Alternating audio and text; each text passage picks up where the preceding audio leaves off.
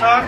Sir चारजना जुन crew member हुनुहुन्छ उहाँहरू सेफ हुनुहुन्छ हाम्रो सेक्युरिटी सरको जिम्मामा। त्यसपछि काठमाडौँ कामको लागि उडेको एक्सर्साइजहरूको फ्लाइट नम्बर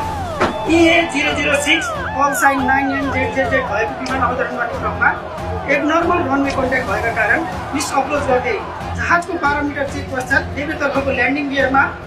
समस्या आई दोस्रो पटक विराटनगर विमानस्थलमा आकस्मिक अवतरण गर्ने क्रममा 8:05 बजे समयमा दुर्घटनाग्रस्त भएको र उक्त विमानमा यात्रु तथा